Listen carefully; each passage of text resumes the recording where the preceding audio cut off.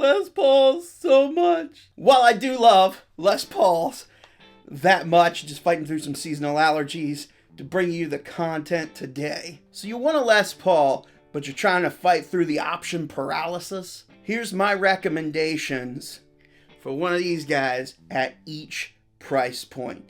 And if you watch till the end, we'll do some sound samples so you can hear what a Gibson, that's for Mark Agnesi, and the new CEO Cesar, what a Gibson Les Paul sounds like. So without further ado, let's get into it. So the first price point is under $300. Now this is a tough price point. What I want to say from Jump Street on this one is I've excluded Les Paul Specials and Les Paul Juniors because, and those style of instruments, because I think that's another class of guitars. That's another video in and of himself. I love those, by the way, but just that's another video. So this, we really want to focus on kind of the traditional Les Paul with the 4 control knobs and the carve, and either 2 humbuckers or 2 P90s. So my pick for this is the Epiphone Les Paul Studio E1. Now, this is going to differ depending on where you're at. So I know everybody's going to be, Harley Benton, Harley Benton. Yes, Harley Benton has LP style guitars for like $130. But if you live in America, now I live on the East Coast and it's $87 to ship it to me. When I say live in the East Coast, I live in New Jersey, like right on the East Coast. It's like, if you live in California, who knows how much shipping is going to be. You may pay more in shipping than you do for the guitar. So if you live in America or you live in other parts of the world, I just don't think it's a good value where you can go to your local guitar shop and check out one of these Epiphones. Now that being said, I think you should play them first. I think you should get a setup on these. Whenever you have an instrument at that price point, it's going to be just inconsistent because you can't put as much time into it, right? Ultimately, it's labor costs that go in to these instruments, and that's what makes some of these instruments more expensive because there's more time put into them. So the less expensive instruments are going to have less time. You should budget for a setup, but if all you got is $300, I do recommend the Epiphone. One thing worth mentioning, there's the Power Player, the Epiphone Les Paul Power Player. Now that's actually a 22, what is it? Sorry, look at my notes. 22.73 scale length. So it's a mini Les Paul. I have not played one of those. I kind of want to get one just to check it out, but I have not done that yet. But again, I feel like it's kind of outside the scope of the video because we're talking about, again, like what we have here, a full Les Paul. Under $700 is our next price point, and this is a more approachable price point. You're going to get a better level instrument when you're spending right around $700. And so there's a few options that you can go with. You have the LTD EC256 at right around $600 US. You have the Sire L7, which, full disclosure, I have not played.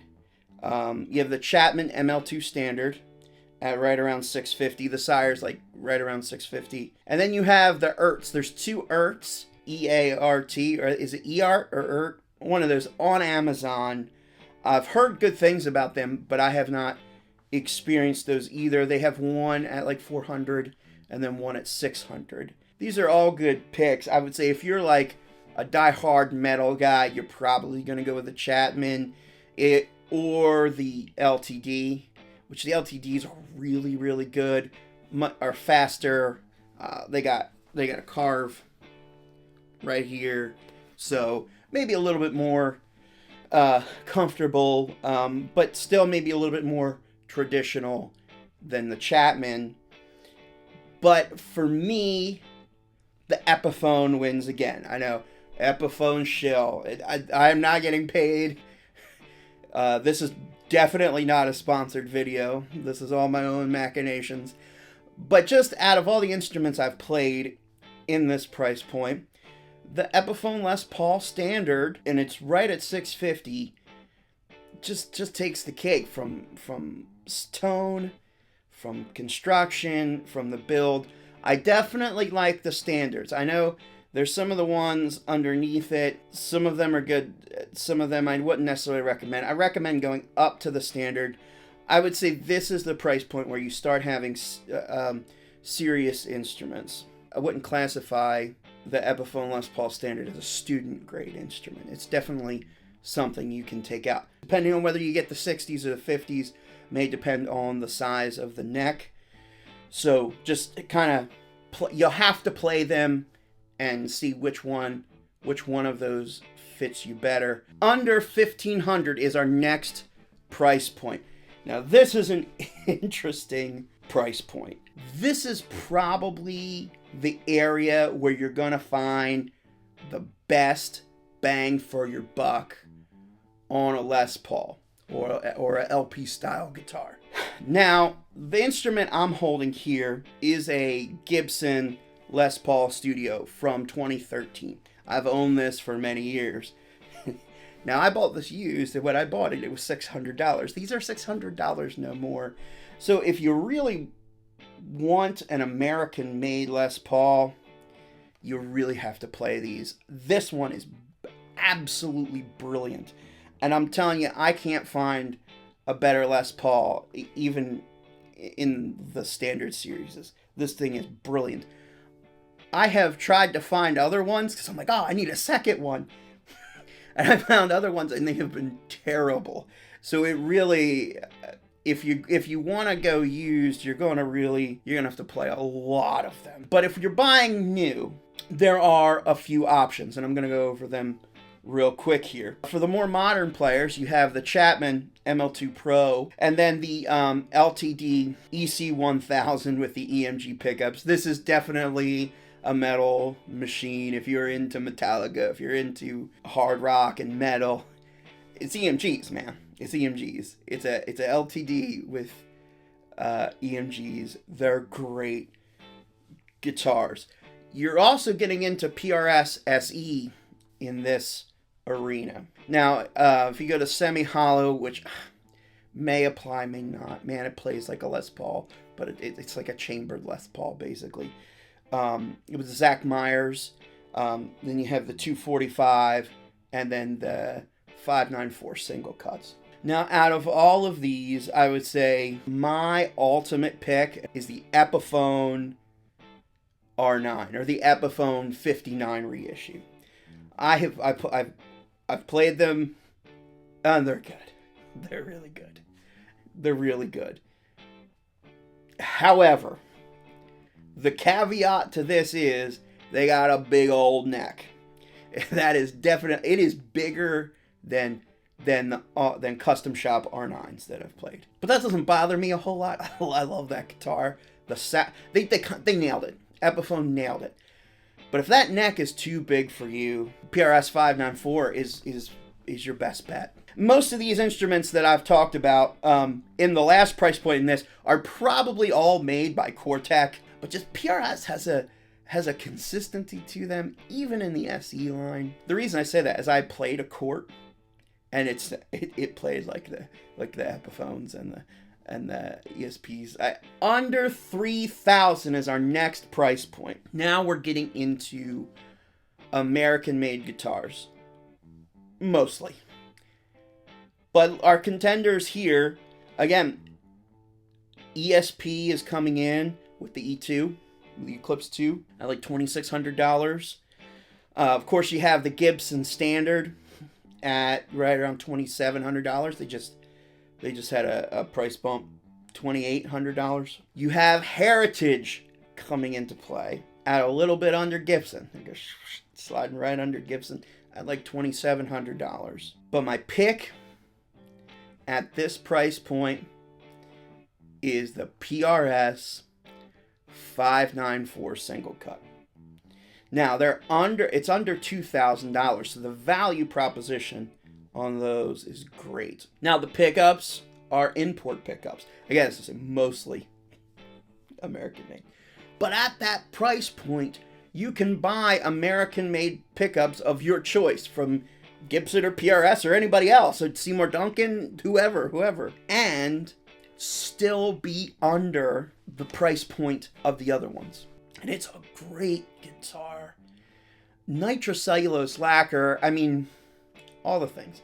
It's a great guitar. I would encourage you to play the pickups and see. I don't know that they're worth changing, but check them out. If you don't want to do the PRS thing, the next option is Heritage. The Heritage stuff is really good. It's really good. I mean, and the Gibson stuff is really good. I'm not trying to knock Gibson here, but if you can save $200 or $100 or whatever it is, why not? And you're not getting anything less with Heritage, except it doesn't have the Gibson name on the headstock. And if you need the Gibson name on the headstock, well, there's only one option. Before we move on, I want to mention one thing about this $3,000 and under price point. Outside of the PRS S2, this is not a good value. Really, the under $1,500 is where you're going to catch the best values. Now, these are great instruments. I'm not going to knock those instruments, but when you talk about the kind of the what you pay for what you get kind of curve, this is where it kind of goes flat from $1,500. You're not getting a big jump in quality or consistency from $1,500 to $3,000. It basically comes down to if you have to have an American-made instrument or you're fine with something made in the Far East. All right, and for the final price point, around $5,000. Obviously, you can spend $10,000, $11,000, $12,000 on a Murphy Lab custom shop. And you could spend, I don't know, $250,000 on a celebrity, maybe $1 million on a celebrity-owned 59 Les Paul. I mean, the sky is the limit. But if you're trying to buy a new guitar, the options in this price point that I would take a look at are ESP Eclipse USA are going to be on that custom shop level. You're looking at $5,000 plus for those. Now, I haven't played any at that level, so I can't vouch for ESP. Quite frankly, when you get past $700 or that $1,500 price point, I've lost interest in the ESP line because I'm just not that kind of player. Judging on what ESP does in the rest of their lineup, I mean, they're great guitars. But the ones I have played are the PRS Core Single Cut 594. What's interesting with PRS is I really think that Core lineup stacks up to custom shop instruments from the other manufacturers, even though it is not a custom shop instrument. It's a regular production line.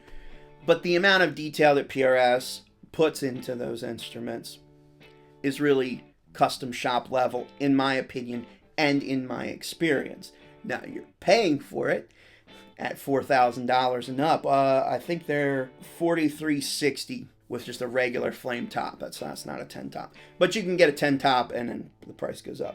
But of course, you can go into private stock. The world's your oyster at that point. But then there's the Gibsons. And the Gibson custom shop starts at around $5,000 and then goes up from there. Now, I have played the lightly reliced Murphy Lab stuff. And while those guitars are great and the sound is unbelievable, I have not been happy with the necks. Now, I'm really picky about a neck finish. And I'm sure people are going to clap back. Well, that's how the vintage ones were. And I understand that, and that's what they're doing. But I don't like it, and I'm not going to pay in excess of $5,000 for something I don't like, just because that's how it was done in the past. And that is sticky necks. Sticky necks. Now, my Gibson here has kind of has a satin finish. I love that. And this neck is super comfortable. Now, this is a 60 slim taper as far as size goes, but it's really about the finish for me. And those guitars tend to get a little sticky. For the new old stock and the regular custom shops, I'm not running into that. So I definitely prefer just a not Murphy Lab, regular old custom shop. Now, the one thing I haven't played is the ultra high, like the super relic ones, the very much relic ones, and those things are $10,000, $11,000. I have a feeling those are the ones I'm going to like, just knowing me. But if those necks aren't sticky, maybe they're worn down more and worn down to a satin finish.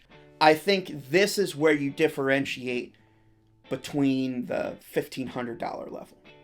So I think the $1,500 level is a peak, and then it kind of flattens out for the under $3,000 level, and now at this level is where you see kind of a jump. The one I'm going to recommend is the Heritage H150 Custom Shop, or the Custom Core, is it's called. Now, with the H150, when they relic it, I've had the same issue with Gibson. Again, it's a nitrocellulose thing. It's aging that nitrocellulose. It makes the neck sticky. All the vintage ones do it. I know it. It's not something I like. But the regular ones, you can pick them up for just under $4,000. I think like $3,800. And they are just such a good bargain. They're cheaper than PRS. And they're traditional. And people... See, at the $3,000 price point, I think people would may snub Heritage because it doesn't have Gibson on the headstock.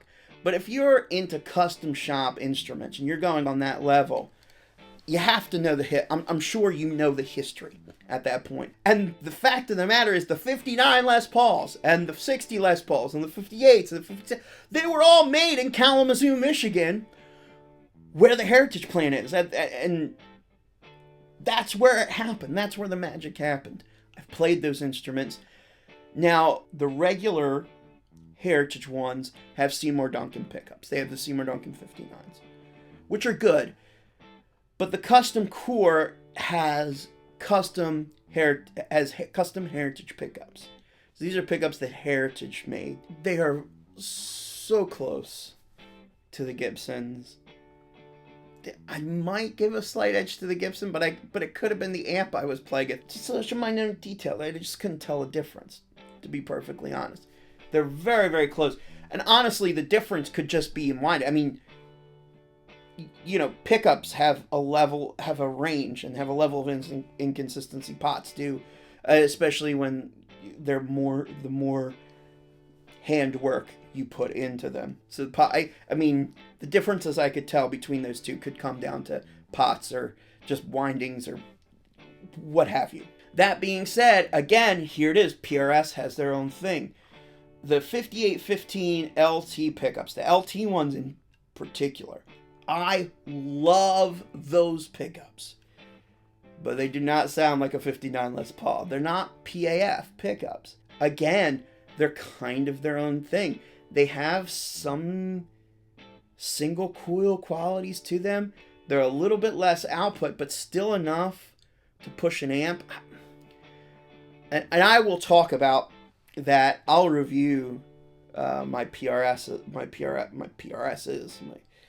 at some point, and I'll shoot them out with this so you can kind of see the difference. You have to decide whether you like it or not.